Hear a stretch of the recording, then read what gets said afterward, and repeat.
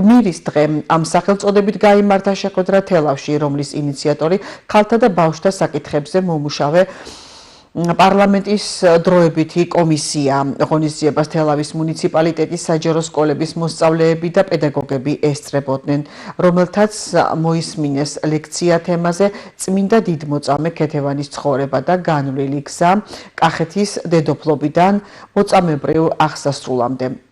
გმირის დღე თელავის გარდა საქართველოს სხვადასხვა მუნიციპალიტეტებსაც მოიცავს. საქართველოს პარლამენტის ქალთა და ბავშვთა კომისიას აქვს ძალიან მნიშვნელოვანი ეროვნული ინიციატივა, ეს არის გმირის დღე.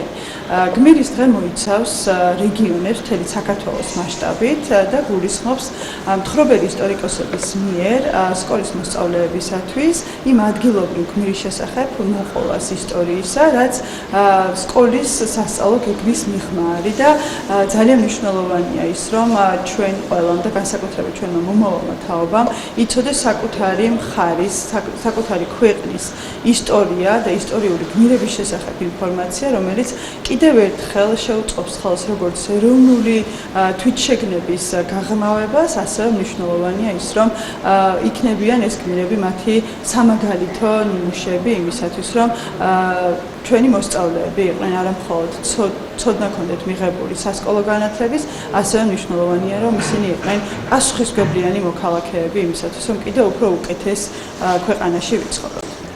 დღევანდელი ჩემი მოხსენების თემა შეეხება ქეთევან წამებულის ცხოვრებას. დედოფლობიდან დიდმოწამეობამდე.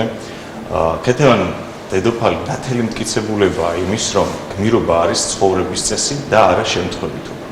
დღევანდელი შეხვედრა საკმაოდ მნიშვნელოვანია ჩვენი ახალგაზრდებისათვის, სკოლის მოსწავლეებისათვის, რადგან დაეხმარებათ გააანალიზონ წარსულში ცხოვრები ადამიანების, ჩვენი წინაპრების და გმირების ღვაწლი ჩვენი ქვეყნის და ერის ცხოვრებაში. ქალთა და ბავშვთა კომისიის მიერ ინიცირებული პროექტი გმირის დღე საქართველოს მთელი მასშტაბით ხორციელდება. ეს არის ცდილობა ჩვენს ახალგაზრდობას კიდევ უფრო კარგად გავაცნოთ ის ცნობილი თუ ნაკლებად ცნობილი გმირები, რომლებმაც საქართველოს გადარჩენისთვის, ჩვენი კულტურის, ჩვენი თვითმყოფადობის, ჩვენი სამშობლოს გადარჩენისთვის ძალიან ბევრი გააკეთეს, პირადი კეთილდღეობა გასწირეს იმისათვის, რომ დღეს ჩვენ საუბრობთ ქართულად, გვაქვს ქართული დამწერლობა, გვქვია სახელმწიფო და არსებობს საქართველოს დიდ გლობალურ საერთაშორისო საზოგადოებაში.